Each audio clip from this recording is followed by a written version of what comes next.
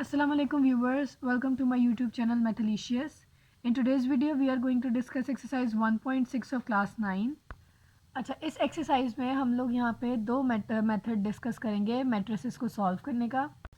Number 1 है हमारे पास है मैट्रिक्स इन्वर्जन मेथड और नंबर 2 हमारे पास है क्रैमर्स रूल। पहले हम लोग मैट्रिक्स इन्वर्जन देख लेते हैं वो कैसे करते हैं और फिर मैं उसके साथ आपको एक क्वेश्चन सॉल्व करवाऊँगी। अब मैट्रिक्स इन्वर्जन मेथड हमारे पास कैसे होता है, जैसे हमारे पास ये कोई इक्वेशन गिवन्स हैं cx plus D Y is equals to n। ठीक है, अब हम इनको मैट्रिसेस में लिखेंगे। पहला मैट्रिक्स को हम लोग a से रिप्रेजेंट करते हैं, वो हमारे पास आते हैं सारे यानी नंबर्स आप कह लें। यहाँ पे a b c d को आप नंबर्स कंसीडर कर लें। और b जो साथ वाला हमारे पास x मैट्रिक्स होता है वो हमारे पास आता है x और y। ठीक है, अब ये मैंने इनको अलग अलग कैसे किया आप यही सोच रहे होंगे, तो वो इस तरह से होता है कि जब हम इन दोनों मैट्रिसेस को दोबारा मल्टीप्लाई करेंगे ना, ये वाला स्टेप मैं आपको सिर्फ समझाने के लिए कर रही हूँ। ठीक है, मैंने इनको मल्टीप्लाई किया, ए एक्स प्लस बी वाई बन गया ऊपर ए एक्स प्लस बी वाई और नीचे बन गया सी एक्स प्लस डी वाई। अब जैसे आपको पता ना कि इनको मल्टीप्लाई कैसे करते हैं, रो इनटू कॉलम, ये उसी तरह से मल्टीप्लाई करके हमारे पास पहली फॉर्म आ रही है, इसलिए हम उसको इस तरह से स्प्लिट कर सकते हैं। ठीक है, अच्छा ये तो हो गया आपके समझाने के लिए। अब उसके बाद हमारे पास जो यहाँ पे प्रोडक्ट है यानी कि इन दोनों के किसके इक्वल आ रहे हैं उसको हम रिप्रेजेंट करते हैं b से। ठीक है, b is equals to m n, यानी ये फॉर्म हमारे पास इस तरह से आ गई a x is equals to b। अब x हमारे पास यहाँ पे ये वाले एक्स वाई हैं और हमें इन एक्स वाई की आंसर निकालना है। ठीक है, तो हम इस तरह से लिखेंगे x is equals to a inverse b। ठीक है, जैसे हम करते हैं ना मल्टीप्लिकेशन डिवीजन में कि जैसे यहाँ पे 2x है और यहाँ पे हमारे पास कोई ऐसे ही रैंडम कोई नंबर मैंने ले लिया, तो हम लोग x कैसे निकालते हैं, 3 डिवाइडेड बाय 2, या इन अदर वर्ड्स हम इस 2 को यूँ लिख सकते हैं, जब ऊपर ले जाएंगे तो वो पावर में माइनस आ जाती है तो आपके पास अलग चीज़ होगी ना, मतलब हम उसको इस तरह से करते हैं। यहाँ पे भी ये जो a इन्वर्स है ये भी इसी तरह से है कि हमने a को डिवाइड किया एक तरह का यहाँ पे। अब हम लोग a इन्वर्स कैसे फाइंड आउट करते हैं, वो आता है हमारे पास adjoint a over determinant of A. अब हम लोग एडजॉइंट ए कैसे फाइंड आउट करते हैं, हमारे पास ओरिजिनल मैट्रिक्स यानी कि ए मैट्रिक्स हमारे पास ये है, और जॉइंट ए निकालने का तरीका ये होता है कि इन दोनों की जगह चेंज करते हैं, जैसे मैंने यहाँ पे किया, और इन दोनों के साइन चेंज होते हैं। मतलब अगर ये पॉजिटिव में है तो ऑब्वियसली नेगेटिव आ जाएगा, और मतलब अगर नेगेटिव होगा कोई एक टर्म तो वो पॉजिटिव हो जाती है, मतलब हमने साइन चेंज करने होते हैं जोन सा भी हो। ठीक है, अब यहाँ हम लोग देख लेते हैं कि डिटर्मिनेंट ऑफ ए कैसे निकलता है। डिटर्मिनेंट में पहले हम ऐसी एंट्रीज लिखेंगे, मैट्रिक्स हटा के हम लोग ये दो लाइंस लगाएंगे, इनको हम मॉड कहते हैं। ठीक है, डिटर्मिनेंट में ये होता है कि डायगोनल्स को आपस में मल्टीप्लाई करवाते हैं और माइनस करते हैं, यानी कि ए डी के साथ मल्टीप्लाई होगा माइनस बी सी के साथ मल्टीप्लाई होगा। ठीक है, ये हमारे पास डिटर्मिनेंट आ जाता है। तो अब हम लोग इसका क्वेश्चन नंबर 1 सॉल्व करते हैं, उससे आपको ज़्यादा बेहतर तरीके से समझ आएगी। This is the question number 1। अब हम लोग इसमें क्या करेंगे, उसी तरीके से मैट्रिसेस को अलग करेंगे पहले, यानी कि नंबर्स अलग और एक्स वाई हमने अलग लिख लिया। ठीक है,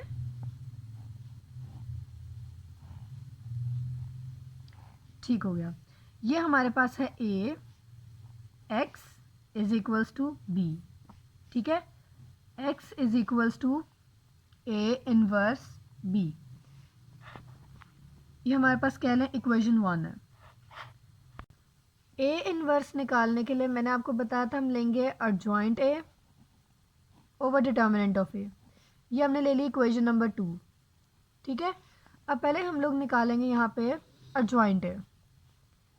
एडजॉइंट ए में इन दोनों की जगह चेंज करते हैं, वो ऑलरेडी 2 है तो फ़र्क नहीं आएगा। ठीक है, और इन दोनों के साइन चेंज करते हैं, ये हमारे पास +3 है, ये हो गया -3, और ये हमारे पास -2 है, ये हो गया हमारे पास +2।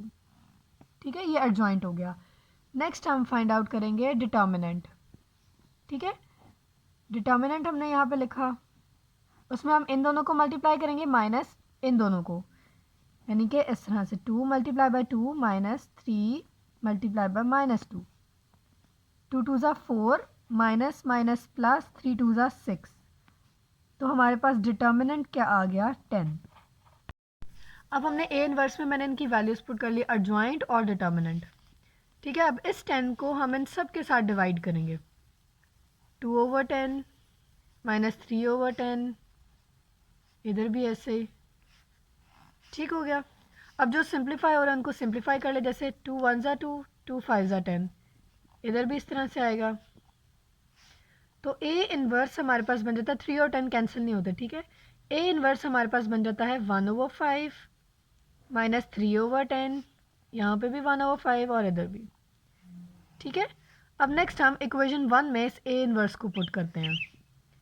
x इज इक्वल्स टू, ऐसे था ना ए इन्वर्स बी, अब मैं यहाँ पे ये वैल्यू पुट करूँगी, यानी कि इधर एक्स वाई लिख दिया, ए इन्वर्स हमारे पास ये आया,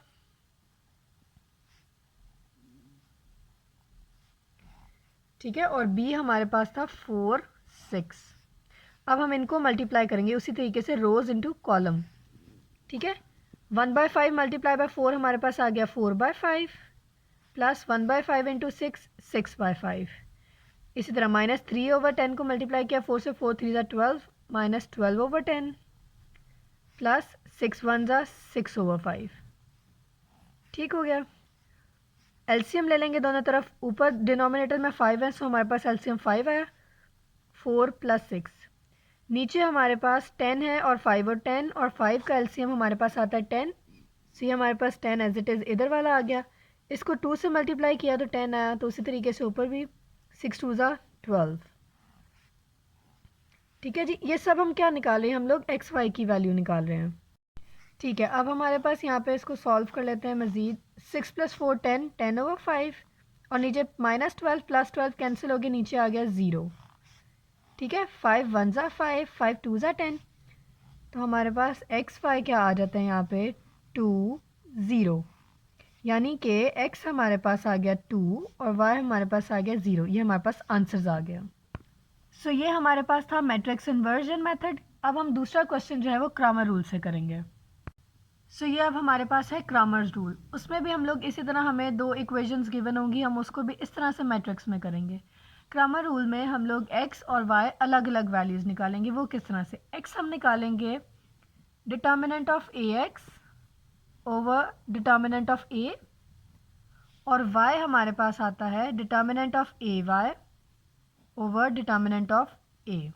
ठीक है, डिटर्मिनेंट ऑफ a तो हमें पता है वो हमारे पास किस तरह से आता है, मैट्रिक्स a का डिटर्मिनेंट लेंगे, यानी कि डायगोनल्स को मल्टीप्लाई करवा के माइनस करेंगे इस तरह से। ठीक है, ये डिटर्मिनेंट ऑफ a आ गया।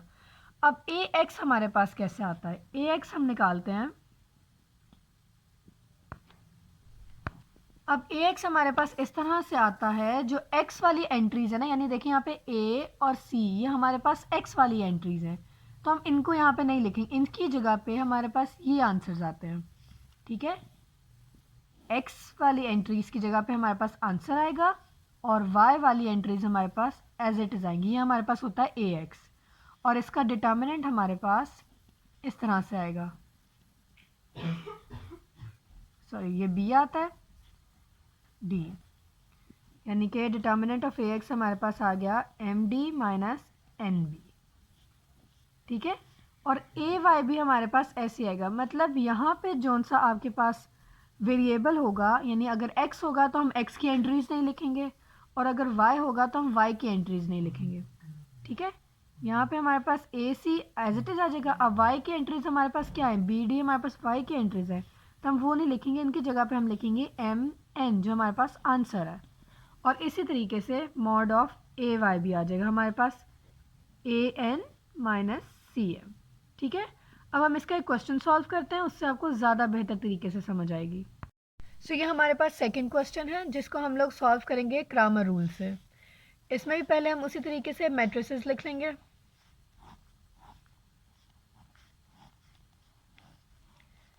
ठीक हो गया, ये हमारे पास मैट्रिक्स A है, ये X है, और हमारे पास B है। अब हम साथ ही AX मैट्रिक्स भी लिख लेते हैं। वो कैसे आएगा, इन दोनों की जगह पे हमारे पास आंसर लिखेंगे, यानी कि 3 1 लिखेंगे, और दूसरी एंट्रीज एज इट इज़। और AY हमारे पास कैसे आएगा, 2 6 लिख देंगे, Y वाली एंट्रीज की जगह पे आंसर आएगा। ठीक है जी, अब हम यहाँ पे फाइंड आउट करते हैं x हमारे पास आता है determinant of ax over determinant of a। ठीक है। अब हम इन तीनों के यानी कि ए एक्स और ए वाई इनके डिटर्मिनेंट्स फाइंड करेंगे। सो ए एक्स का डिटर्मिनेंट हमारे पास कैसे आता है, इसको जब लिखेंगे determinant of A X is equals to 3 multiply by 5 क्या है, 3 5 ज़ा 15 माइनस 1 1 ज़ा 1, यानी हमारे पास आ गया 15 माइनस 1 14। ए एक्स हमारे पास 14 आ गया। और जब हम ए का डिटर्मिनेंट निकालेंगे तो वो हमारे पास आता है 2 multiply by 5 minus 6 multiply by 1, यानी 5 2 ज़ा 10 माइनस 6, तो डिटर्मिनेंट ऑफ ए हमारे पास आ गया 4। ठीक है।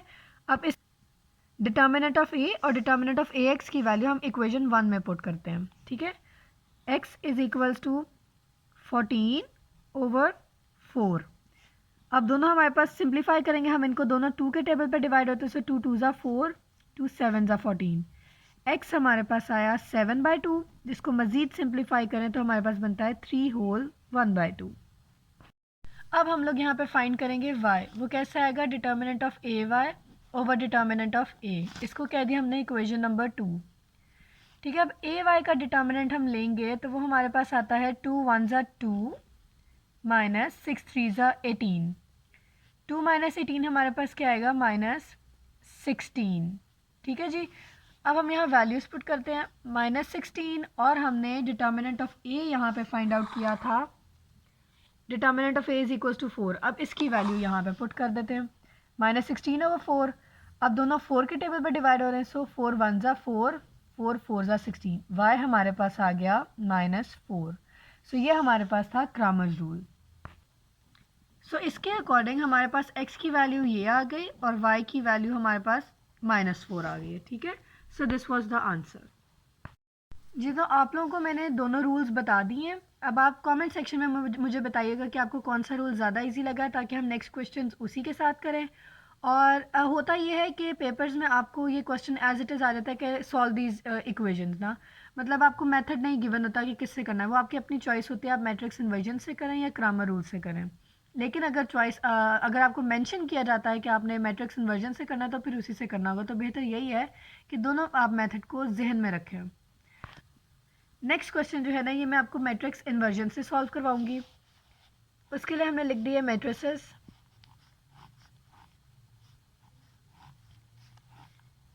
ठीक है जी।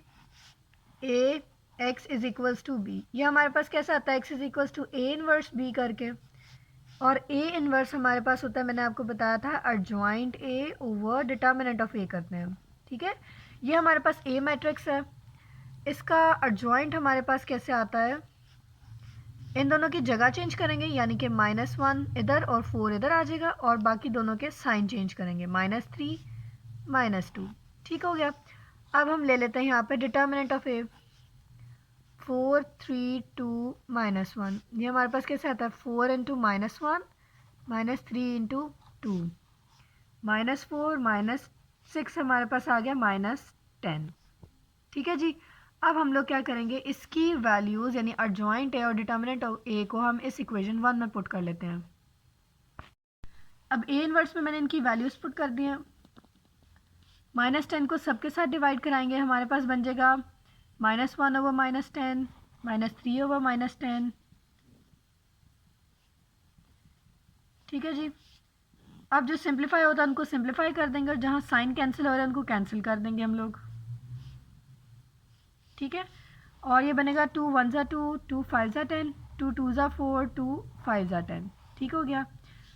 ए इनवर्स हमारे पास आ गया 1 ओवर 10, 3 ओवर 10, 1 ओवर 5 और -2 ओवर 5। ठीक है।